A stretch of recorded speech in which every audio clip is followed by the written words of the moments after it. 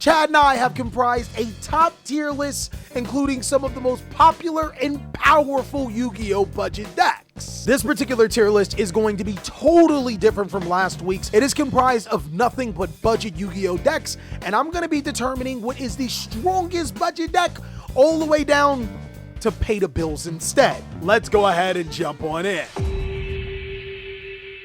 Alright guys, the criteria for this tier list is incredibly simple. 1, every single one of these budget Yu-Gi-Oh! Strategies is going to be priced around that $100 range. Once you got too expensive, you got kicked out. The next thing that I've taken into strong consideration is how much money can you invest in these strategies to how much more powerful they become. Can these strategies become stronger the more money that you accrue from winning games?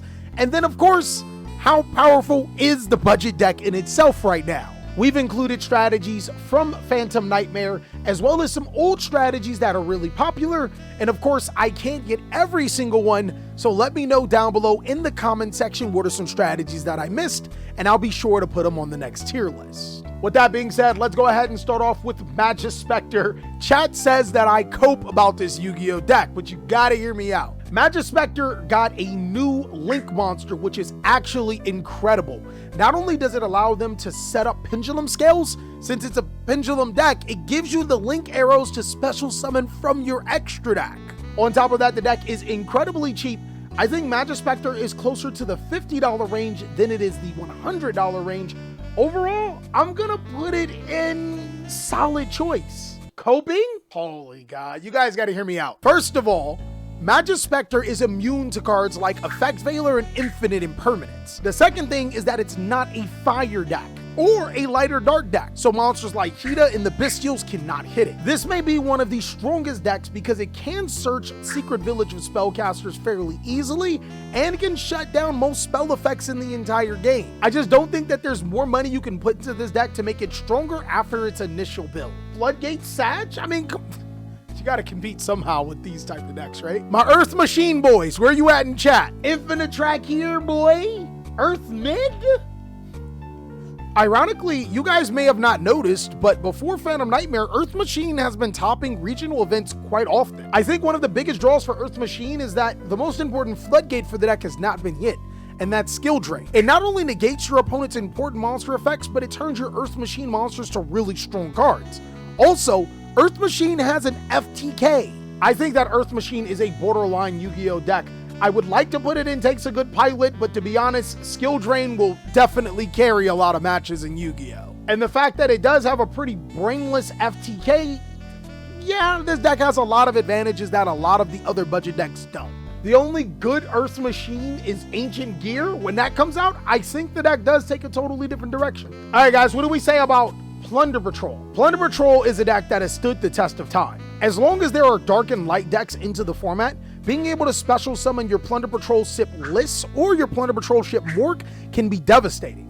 The problem with Plunder Patrol is that there's a lot of fire decks. I think that Plunder Patrol ship Brawn is fairly good, especially against these fire strategies, but I don't think that it's enough to carry you. I'm gonna put it in Takes a Good Pilot. I think in order for Plunder Patrol to get back the power that it has, there's going to need to be a little bit more light and dark decks. Until then, you're going to need to be big braining your way into some W's here. Now for Aroma, I can smell something really good.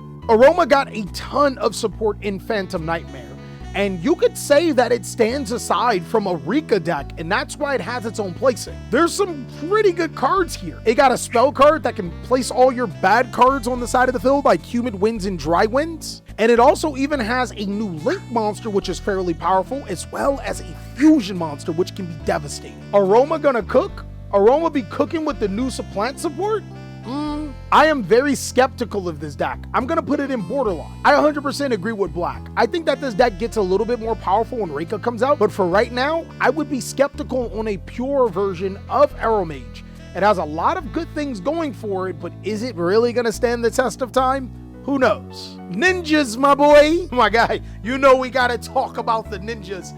I am a grandmaster. I'm the most qualified to talk about this deck. So there are some good things about ninjas. The good thing is that it's a deck that did get support last year. I think that's pretty much where everything else stops. Guys, ninjas got power crept so bad.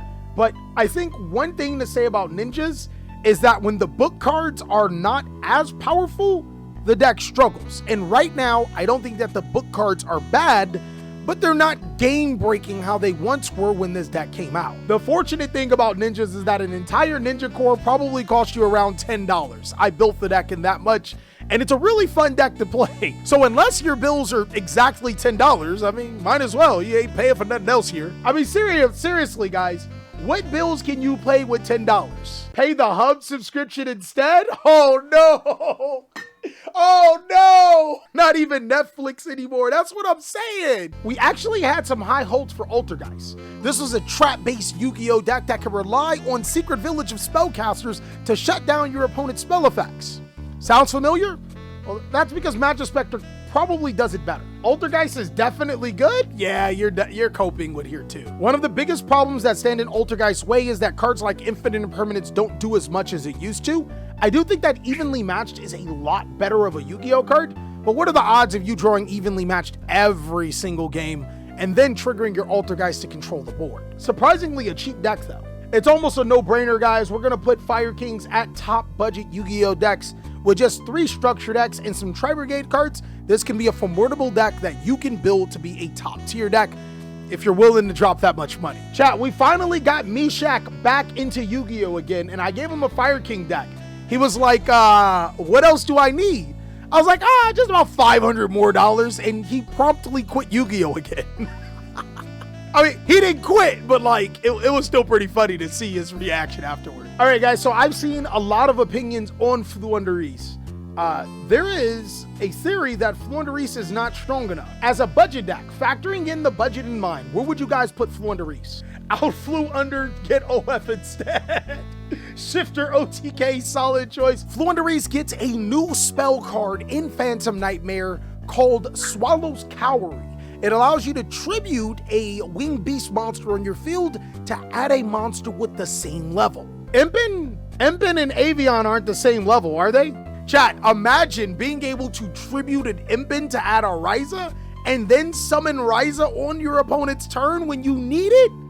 Holy crap. The thing about Cowrie here is that it turns any of your flu monsters into another way to be able to dodge cards like Infinite Impermanence and Effect Veiler, but also another way to get into Robina. And the deck is incredibly budget with power cards like Dimension Shifter, as well as Harpy's Featherstorm. We had it at solid choice, but I'm gonna say top budget. I know Ponix and a flu monster are level 1. Don't do that. Don't mix these two. What are you thinking? As far as a budget deck, Flunder is one of the most powerful decks.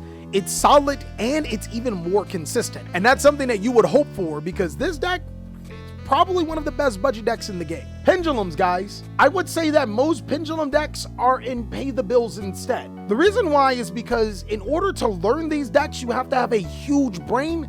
And then the downside is that you could just play a different combo deck that does the same things, but a little better and easier on the brain. Yu-Gi-Oh players have some of the most smoothest brains in the history of the game, so why would you complicate things for yourself unless you're a true Pendulum connoisseur? All right, guys, next is Goblin Biker. Goblin Biker finds itself in one of the more interesting spots. It's a deck that's versatile, that can be played in so many other strategies, but more importantly, some of its best cards actually got a reprint before it even came out. Goblin Biker Grand Entrance will be a sneak premiere promo card, which is surely to make the regular copy that you can get inside of a booster set price drive all the way down. Currently, it is a $15 card. I'm gonna put this as a top budget Yu-Gi-Oh deck because it's so simple to play and so versatile. It is 100% worth your pickup, especially seeing that this deck will only get stronger. Dynamorphia. We meet again. I'm not gonna lie, every time we talk about Dynamorphia, it's somewhere on a tier list. My opinion of Dynamorphia changes, unlike you guys changing underwear. I think that Dynamorphia is a borderline Yu-Gi-Oh deck. This deck starts off incredibly cheap, being able to build the entire deck for almost nothing. But then when you include cards like Transaction Rollback, you can copy some of your important trap cards in the graveyard to get a second fusion summon, sometimes even a third or fourth. Then there's the new trap card in Iron Thunder, which helps solidify the deck and negate your opponent's important cards. I think that Flame Swordsman is a deck that takes a really good pilot. The problem with Flame Swordsman is that even its stronger version which is the Infernable deck, adds more unnecessary cards while only getting you one additional negation. The Pure version, which ironically is stronger in my opinion, unfortunately doesn't do enough and is a fire strategy, meaning that it's susceptible to cards like Super Polymerization. Sword Soul has ironically gotten 4 tops over the past week. I don't think that stops when it comes to budget criteria. It is a top budget Yu-Gi-Oh deck. A friend of mine actually built a locals Fire King Sword Soul deck and it actually plays good. My guy, stop mixing Fire King with everything. Sword Soul is proving itself to be an adaptable Yu-Gi-Oh deck that can play against the best decks. No matter what hand traps you're running, from Ghost Bells to Dimension Shifter, the deck still has the same premise, being able to make Boxia to not only get rid of your opponent's threats, prevent them from being destroyed by shuffling them into the deck instead. So Trap Tricks is in a fairly interesting spot. I think a lot of the Trap Hole cards are a lot stronger than what people are giving it credit. Gravedigger's Trap Hole and Terrifying Trap Hole are extremely good. And Trap Tricks Pudica can get rid of cards before your opponent can destroy them. It's an Earth-based Yu-Gi-Oh deck, so you don't gotta worry about cards like Hida special summoning your monsters to your side of the field, but the problem with this deck has always been going second. Evenly Matched is a lot stronger. I'm actually going to say that Trap Tricks is a solid borderline Yu-Gi-Oh deck. Trap Tricks can be a pretty decent Yu-Gi-Oh deck, and I think can almost be a game winner going first against a Yu-Gi-Oh meta right now. You just got to figure out that going second situation. If your deck is weak to Evenly, don't you side Lancia? Statistically, nobody has been siding Artifact Lancia. All right, Virtual World. Virtual World QB Shinshin can knock out some of the best decks by itself because any card on the field is banished instead. The deck is also incredibly good at playing through a lot of hand traps. The bad thing about Virtual World is that it can be inconsistent. I'm gonna put it in takes a really good pilot. Virtual World been slept on, but Virtual World Punk could take a really good pilot. I love that in 2024 that there is still a strong following for this deck, and soon enough, with the right rank 6 monsters, this deck can be really good. We already are getting some more support secretly through Synchros and Exceed monsters, just the right one will take it over the top. Rika is now officially unfair. This deck can search 1 billion times and has the new support of Aroma. I'm gonna put this deck in solid choice. I think it's a proven contender over the Aroma strategy while still giving you the effectiveness of the Rika cards. We've seen how powerful Rika is in Europe, guys. It can finally spread over to America and be one of the most potent decks in the game. It got hit on the ban list for a reason. I would say Memento is still a meme. I've noticed that Valiant Smashers, the set that this deck did come in, is being bought out, but that's because of the future support. For right now, the deck's not worth it. Now, this Gold Pride deck stands for Gold Pride Goblin Rider Punk, which is probably the best variant of the deck. I love that Gold Pride Punk is so playable with the Goblin Rider cards. It gives you so many interesting situations. But the bad thing about this deck is that it completely loses to Droll and Lockbird. I'm gonna put it in solid choice.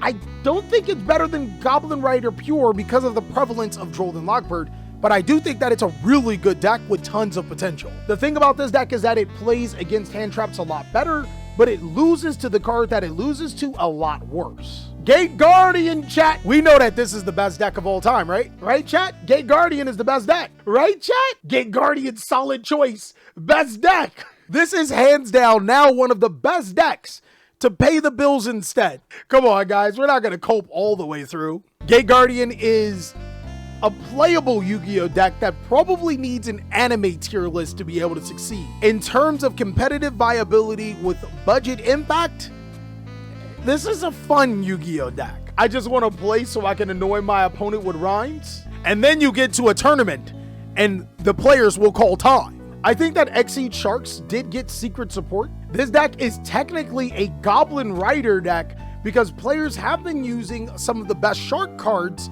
inside of their Goblin Rider deck. Obviously, that is part of a more pure version, but let's just say Sharks by themselves, I think that it's a borderline Yu-Gi-Oh deck. What this deck needs is some more Exceed Armored cards. Once it gets that, it could be a much better Yu-Gi-Oh deck, but for right now, I think borderline is where it's at. Red Dragon Archfiend pre-Red Lotus King, which I was hoping we would have gotten Phantom Nightmare, is probably in the takes a really good pilot. The deck technically got more Earthbound support with Stone Sweeper being able to search any of the Resonator monsters, but I don't think that that's enough to make it a better Yu-Gi-Oh deck. Plot twist, the Bestial monsters are getting stronger though. I really don't know why we put Crystal Beast in any budget tier list or any tier list for the matter, guys. It's a pay the bills instead deck. Where Konami has failed Crystal Beast is that the monsters just simply don't do enough. Outside of Sapphire, Pegasus, Ruby Carbuncle, and the Ultimate Crystal Dragon, the rest of the deck pretty much sucks. I will put Black Wings in slightly better than pay the bills instead. I put it in takes a good pilot. Unlike the decks below, Black Wings actually have a solid game plan and can end on some pretty incredible boards. The problem with this deck is that you gotta know exactly what you're doing, and Droll and Lockbird is format. The new support in Ghoti 6 is actually crazy. Being able to summon itself and search other fish cards, pretty good. Ghoti got some well-deserved support that makes it a lot more powerful, especially if you're running the other fish cards. I think if you're playing Ghoti, it's probably in the solid choice. I do agree with chat for the most part. Their best card, Ghoti of the Deep Beyond, actually banishes all cards on the field. That could be pretty devastating against a lot of the top decks in the game. Now, I know people were excited about Exo Stepsister, mainly because players use the graveyard more than my stepsister uses the dryer. That's ironically a lot. I do think that the huge problem with Stepsisters is that the deck is severely power crept. There is 100% a cap with this deck, so I'm going to put it in borderline. I'm going to have to kind of agree with Mr. Taco Shark. Dimension Shifter does low-key carry the deck, and there are better strategies to play Dimension Shifter in. I love that the Exo Sister monsters can exceed when your opponent moves cards out of their graveyard, but a lot of times you can put yourself in a situation where it's too late to be able to gain those effects. Still a solidly cheap Yu-Gi-Oh deck, and if you love the Stepsisters like I do, you play them anyways. Super Heavy Samurai. Super Heavy Samurai has been seeing a lot of tops as an engine, but how well does it do as a deck? It's a fairly good combo deck that plays a ton of hand traps. I'm gonna say takes a really good pilot. The deck is incredibly strong if you know what you're doing, but still has some of the same weaknesses that the top Yu-Gi-Oh decks. You do not want to see that as your budget deck. Why is there two Ghotis? There isn't. What do you mean there's no two Ghotis here? We're talking about Earthbound Runic. I think Earthbound Runic is probably the strongest version of Runic. It is simply a top budget Yu-Gi-Oh deck. I think any deck that can synchro summon into Baron de Flor and then fusion summon into a Predaplant Drago Stapelia is crazy good. This is one of the most solid Yu-Gi-Oh decks in the entire game, unlike Dark World. Now, I'm gonna be honest with you guys. I just finished talking to Mike Balan, who, if you guys did not know, is the first person to win a major event with Dark World.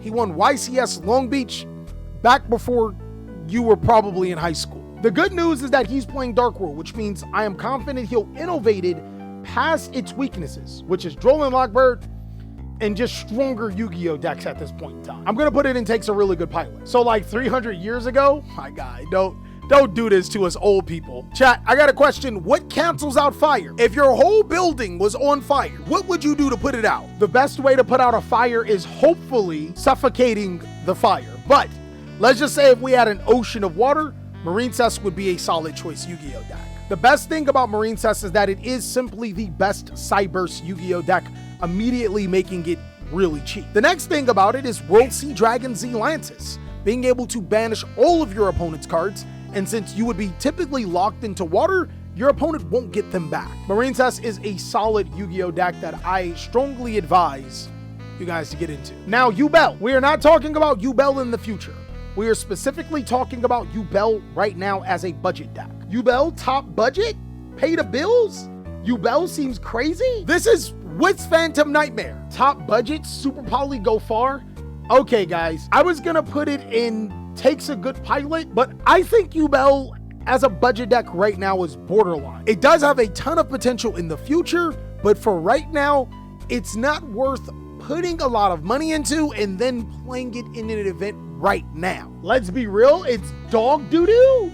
Oh, it's not that bad, but it's also not amazing at this second. It's like Makanko, but better. He's not wrong. I actually think that's a perfect representation of the deck. Ever since Makanko lost Isolde, it's not been a good deck. Now, Chimera is one of the strongest decks in the game, so it easily becomes a top budget Yu-Gi-Oh deck. I think a lot of people are sleeping on Chimera because it did get new support. The monster named Envoy of the Wax does not seem like a good Yu-Gi-Oh card at first sight. But when you start to realize that prevents your opponent from using their monster effects and changing their battle position, as well as getting rid of those monsters, it's crazy. Also, Chimera is one of those cheap Yu-Gi-Oh decks that can work in the grind and is almost immune to a lot of the cards that people are using right now. The only thing you gotta watch out for, Ash Blossom. I agree, illusion monsters will only go up from here. Ashen, guys, bro, I know you guys are gonna try to tell me or convince me that Ashen is better than Pay the Bills instead, but this deck sucks. Any other version of Ashen will be a better Yu-Gi-Oh deck. There are players saying Ashen Kashtira. Just play Kashtira, it's insane right now. Ashen is a dog water Yu-Gi-Oh deck. It's not like Gold Pride. It's not like Burning Abyss. It's not like Cosmo. It's closer to War Rocks. I'm coping hard with this deck. I think this is the first time in TheCaliEffect history where you guys are coping and I gotta put y'all in some game right now. Ashen is bad. Ashen is terrible. And lastly is Magical Musketeer Runic. Chat, what are we doing here? This was a request, guys, so you know we have to honor those. I think that Magical Musketeer Runic is a solid choice. Holy crap, guys. No, Pay the Bills instead. Unfortunately, just like Ashen, Magical Musketeer is a deck that, why are you, just play a different deck, dog. You can literally play Earthbound Runic, and it's probably even cheaper and a stronger Yu-Gi-Oh deck. Why would you play Magical Musketeer Runic? My guy, pay that past due bill. Obviously you need to, but they have guns. You know what? You got me there. The Earthbound monsters do not have guns. And that's all that I have for the budget tier list post Phantom Nightmare. Again, guys, if you think that I missed a strategy, go ahead and let me know. And if you think that there's a particular strategy that's too high or too low, also let me know. If you want to see more amazing content, be sure to check out these videos so I can catch you on the next one.